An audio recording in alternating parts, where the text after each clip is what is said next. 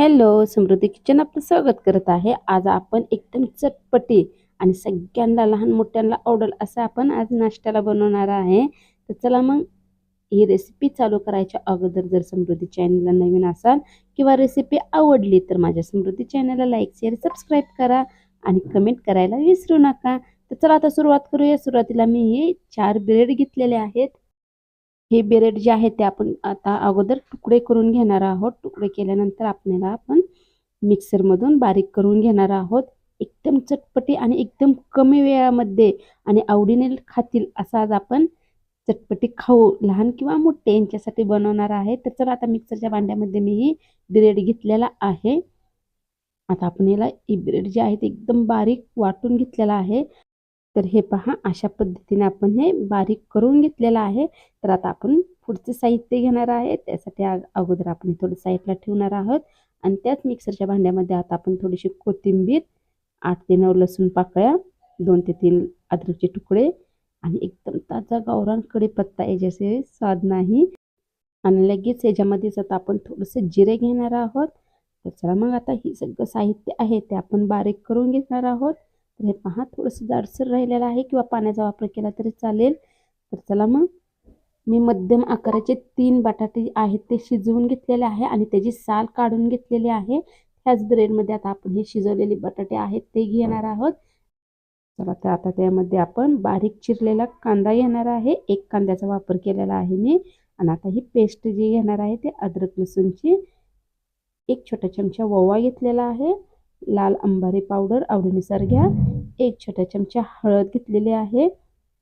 हळद घेतल्यानंतर आता आपण हे जे अजून चव वाढवणार आहे ते म्हणजे आता मी 2 छोटे चमचे मी दही घेतलेले आहे.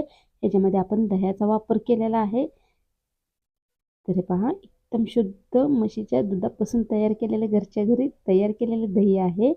आता घेणार आहे ते म्हणजे चवीनुसार मीठ. मी माझ्या चवीनुसार घेत आहे, तुम्ही तुमच्या चवीनुसार घ्या. आता आपण याच्यामध्ये पाण्याचा वापर करणार नाही आहे, कारण पाण्याची गरजच लागणार नाही, कारण आपण याच्यामध्ये बटाटा, दही आणि ब्रेड असल्यामुळे शक्यतो आपण अगोदर न पाणी वापरताच मळून घेणार आहे. तर हे पहा मला काय पाण्याची गरज वाटत नाही आहे, त्यामुळं पाणी नाही वापरलं तरी सुद्धा चालेल, कारण आपल्याला जसं पीठ पाहिजे तसं छान तयार झालेलं आहे. तर चला आता कढई गॅसवर ठेवली ते गरम करण्यासाठी. त्यामध्ये आता आपण तेल घेणार आहे. तेल थोडंसं जास्त लागणार आहे. तर पहा तेल घेतलेलं आहे. आता आपण तेल गरम होईपर्यंत आता मी एक पोळपूड घेतलेला आहे आणि त्याच्यानंतर आपण थोडंसं गव्हाच्या पिठाचा वापर करणार आहोत. तर चला आता आपण गोळा घेणार आहोत आणि आता आपण जसा आकार पाहिजे त्या आकाराने सुद्धा आपण हे कट करून घेणार आहे. मी याचे चौकोन आकार ठेवणार आहे किंवा गोल केले तरी सुद्धा चालतील. तर हे पहा अगोदर हाताने थोडंसं मी पोळी बनवून घेतलेली आहे आणि थोडीशी जाडसर ठेवलेली आहे. आता उलटण्याच्या साह्याने आपण जे हे कडेला थोडेसे चीर पडलेले आहे ते व्यवस्थित करून घेणार आहोत. तर हे पहा आपण थोड्याशा वड्या पाडणार आहोत एका चाकूच्या साह्याने. तर हे पहा एकदम मध्यम आकाराच्या मी ही वड्या तयार केलेल्या आहेत. तुमच्या आवडीनुसार तुम्ही आकार देऊ शकता.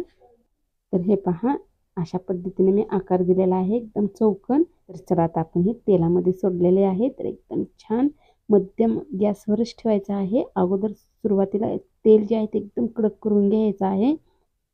तर हे पहा जेणेकरून आतून सुद्धा छान भाजले जातील. एकदम छान असं टम फुगलेले आहेत. एकदम असा वास जे आहे ते एकदम घमघमीत सुटलेला आहे. हे पहा आता आपण काय करणार आहे, जोपर्यंत हे लालसर कलरचे होत नाही तोपर्यंत आपण हे तळून घेणार आहोत. तर हे पहा पूर्णपणे छान कलर आलेला आहे. तर चला आता एका प्लेटमध्ये हे काढून घेणार आहोत. तर हे पहा दिसायला तर एकदम छान दिसत आहे आणि वास पण एकदम छान येत आहे. तर अशाच पद्धतीने राहिलेल्या पण आपण तळून घेणार आहोत. तर हे पहा अशा पद्धतीने मी हे तळून घेतलेले आहेत. तर हे पहा दिसायला एकदम छान दिसत आहे. फक्त बटाटा आणि ब्रेडपासून हे आपण वड्या तयार केलेल्या आहेत. लहान काय मोठे सुद्धा आवडीने खातील. तर चला मग कमेंटमध्ये मला सांगा ही रेसिपी आवडली का नाही, आणि जर आवडली असेल तर मी बनवलेल्या पद्धतीने नक्की बनवा आणि माझ्या समृद्धी चॅनलला लाईक, शेअर, सबस्क्राईब करा. व्हिडिओ पाहिल्याबद्दल मी तुमची खूप खूप आभारी आहे. धन्यवाद.